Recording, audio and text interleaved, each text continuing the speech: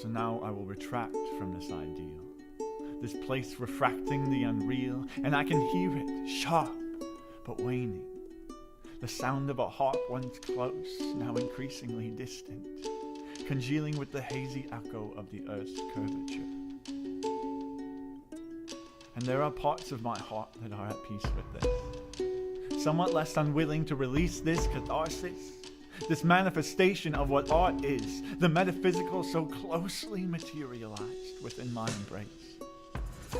That close, once new reality, now approaching the horizon, now testing visibility. And I'm just different enough to cause division, to cause me to seek revision of me, to test my vision, to see if I've been seeing something false all along, to find whether my characteristics are defective, for surely now they must defect. They represent a threat, though a relatively benign one, a certain kind of unacceptable quietness, a boredom that just doesn't know when to take its leave, just plain not eventful enough to be permitted to stick around, but too gentle to be brusquely dismissed.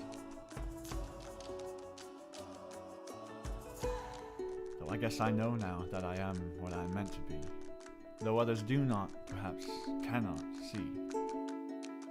And I'm consigned to this place, to this ground of calm and gentle presence, ever ready, typically unutilized, for it seems it is typically unneeded, or perhaps unperceivedly and perpetually required.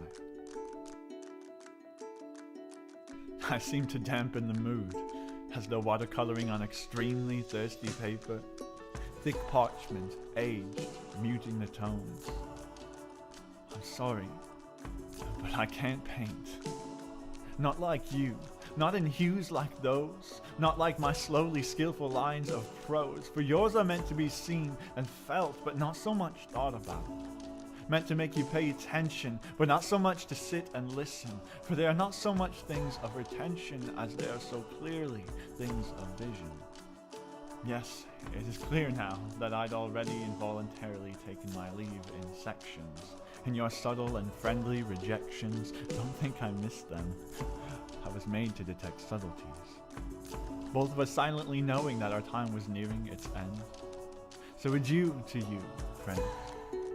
I now take my own leave and round my river's bend at this delta while you progress elsewhere. But so it is. My heart remains with you. Yes, there it remains and there it shall remain.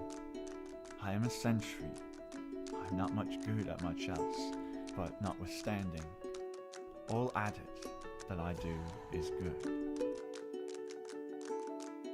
I sometimes grow tired of being the only open book around. I know you think a lot about me that you don't say. Sometimes I tire of my own honesty. Not that I am tired of being honest, but it seems unfair that I should be so translucent whilst everyone else retains the advantage of remaining so opaque. Now, in a way, I find myself at the end of me, of every rope I've woven from hair and weeds, and I think to myself, how much sense have I really? But this is just me being flustered, after all. For I know I've much sense, much more than I sometimes feel like I have, much wiser than I should be. I know that this open book contains what everyone needs, so I'd be a selfish cur to close it. And I don't mean to propose it that I'm of any great quality or possess any finesse beyond that which I've been given. But I have what everyone needs. It is good for you to be around me, no matter what I may seem to be, no matter what challenge it may pose to me, no matter how inadequate or unnecessary my personality type may cause me to feel. It's truth I see, not some faceless rendition of an idea I've been trying to fulfill, not some war of attrition which I fight with my own heart for weeks and months and years until I just can't fight no more. Something solid. Come on, something solid. I've got no interest in stoicism, in a heart self-made cataclysm, in the death of all things meant to be. Because I'm alive way down in my depths. past the isolated valleys of shuddering breaths, 'cause there I'm alive, almost irrevocably. So come on, let's make some sense out of this.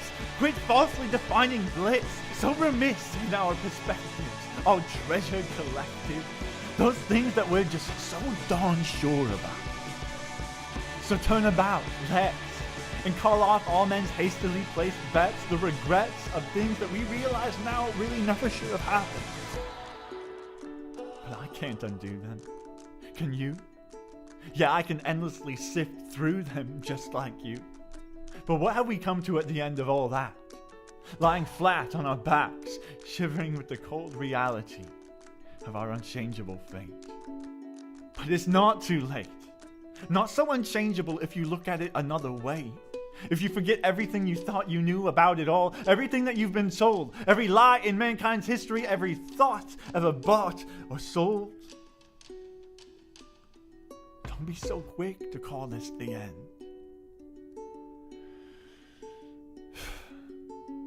So isn't it?